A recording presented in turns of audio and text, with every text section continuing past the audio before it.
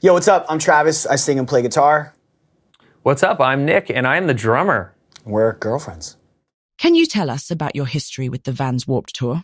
I think my first Warped Tour was 2004 or like 2005. Dang. And I would go every single year. And then I hustled my way onto Warped Tour in 2009 once I had a music project to try to take on the road. And it wasn't even an official slot. Shout out Kevin Lyman, because he knew that I was unofficially on the tour and he never kicked me off and made me go home. He just let me kind of stick around. Yeah, he just let me get in where I fit in. And I'm forever indebted to Kevin Lyman. So yeah, 2009 was my first Warped Tour. Being on there, I was selling merch. I was playing like little pop-up shows and kind of selling CDs and walking the line and just hustling. And then I got to officially do it for the first time in 2012. I fancy myself a little bit of a Warped Tour veteran. What about you? Travis is the Warped Tour vet, because my first foray into Warped Tour was a little bit different. 2019 was actually my first Warped Tour experience. I got to play the main stage with Goldfinger. So that was my first jump into experiencing what Warped Tour was like. I didn't, hustle around on buses and dish CDs off to people and all the stuff that Travis was doing, which is rad. But for me, it was like, showing up to be able to play main stage with Goldfinger at Warped Tour, and it was one of the best experiences ever, because I got to do it with John Feldman, who is such a nucleus to all the bands that grew up and currently play Warped Tour, and bands that got discovered on Warped Tour and all that type of stuff. So to play that with John that first year was a pretty cool experience and first foray into what it was like. Yeah, and then when we started the band in 2020, Warped Tour was gone. Like we never thought that we would get to play it. And so the fact that it's back, it's the 30th year anniversary, and Girlfriends is able to be on all of the dates. It really feels full circle for Nick and I. And yeah, it's really just become, it's one of the highlights of my year for sure. Yeah, I agree. Shout out to Warped Tour. What advice do you have for people going to Warped Tour for the first time? What do people need to know about Warped Tour if it's your first time? Wear comfortable shoes. Wear comfortable shoes. And Vans has you covered now because they have the comfort soles and stuff. But yeah, you're definitely going to want to take advantage of that, because you're going to be on your feet a lot. Yeah, I think so much of Warped Tour is about discovery of new artists as well, and getting to experience so much music, right? So I think it's like, have your day planned as well as you can in advance. Like a festival with 7 to 8 stages is a huge festival, but that means there's a lot of music. And so I think for new fans going, it's a great opportunity just to see new bands that you've never seen before and go to those kind of smaller stages of emerging acts and discover kind of the next big thing. Yeah, and to Nick's point, like, you do have to get there early, because Warped is one of the only festivals that doesn't announce who's playing when. So you literally have to walk through the gate, find the giant Warped Tour inflatable, see the set times, bring a little pen and paper, because you're going to need to pencil out your day. So if you suck at planning, like me, take a photo of it on your phone, and then you can just constantly check it every 30 minutes. And back to the shoes, because you're going to need to run in between stages to make sure you don't miss a set.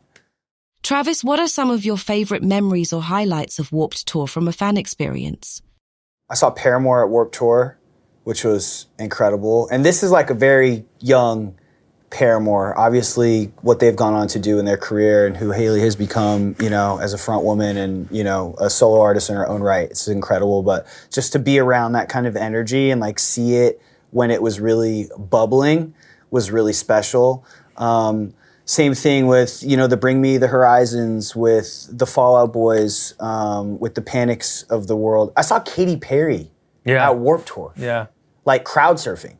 Like, this was before she had really like popped or anything. This is like, Gym Class Heroes days, and she was just kind of hanging. So I've kind of seen everything, which is a testament to like Warped Tour is the nucleus of where things go before they break on a mainstream level. And I feel like Warped Tour was really the birthplace of a lot of things that have gone on to evolve into cultural significance. And if you were like from there, I don't know, you got to see it from a different angle and before anyone else. And that's what I always loved about music, like finding things first. And also just the economy of Warped Tour, it's like no ego, and like you can walk up to a band's merch table and buy a t-shirt from them and tell them your favorite song on their record and have a dialogue with your favorite artists.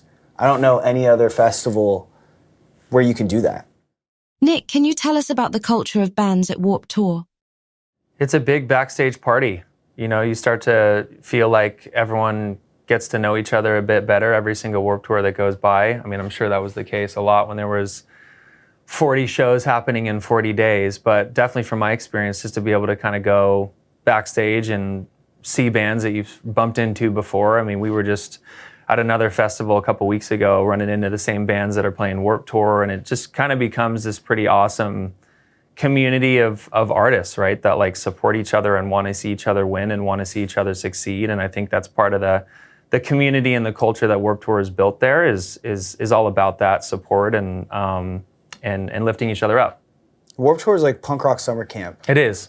I love that. Yeah, it really is. and I mean, like, you know, we just put out a brand new record called There Goes the Neighborhood, and one of the artists that we have a song with on there is Kenny Hoopla, and the only reason why that song exists on our album is because we were both playing Warped Tour in Long Beach, and as we were walking backstage to go get food, we literally bumped into each other, and we hadn't seen Kenny in a while, and we'd caught up, we had asked each other how our sets were.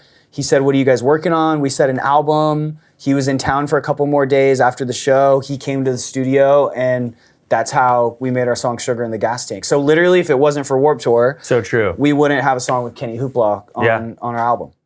What's on the horizon for Girlfriends? We put out our new record, There Goes the Neighborhood. We are going to the UK and Ireland with Kenny Hoopla. With Kenny. Who, by the way, if we didn't bump into him backstage at Warped Tour, none of that would be happening because we had that conversation about touring in the studio when we made the song. Yeah, April, we're going to go out and do some headline shows in support of this record. It's looking like this summer, some potential to go out with some of our really close friends on some pretty exciting tours that we probably can't announce right now, but there's a lot kind of circulating of some really cool opportunities for summer and beyond. But yeah, we just want to play as many shows as we can. Like, how do we play 300 shows next year in support of this record and really do our thing and get out and play live music, which we love to do. Also, Warped Tour 2026 is happening, so Girlfriends would love to do our second Warped Tour. We would love that. Hopefully that happens. What are some of the themes behind the new album? Yeah, I think the record for us, it's a culmination of, you know, how we grew up and where we grew up. It's called There Goes the Neighborhood, and we really had this ethos of what the album is and feels like and looks like and takes us back to before we made any of the music. And I think it's a timestamp of our childhood. And, you know, it's a testament to, like, what we listened to and the things that kind of shaped us into who we are today. It's not a collection of songs that, you know, of things that we were going through last month or 6 months ago. It's kind of looking at it through the lens of a lot of firsts. You know, the first time we fell in love, the first time we had our heart broken, the first time, you know, we realized that, you know, life isn't what it looks like on the TV or in movies, and a culmination of both of our experiences. For sure. I mean, I think Travis did a great job of setting the tone and the scene of the vantage point of how to write the record, which was such a different approach than we've done in previous records. But from a music angle, for me especially, I wanted to try and, you know, help craft the record in a way where the music brought in elements of that nostalgia too, to kind of match what the theme of the record was going to be. So I think a lot of the songs feel an energy of kind of those 90s, early 2000s kind of vibes of music and soundtracks that we love listening to.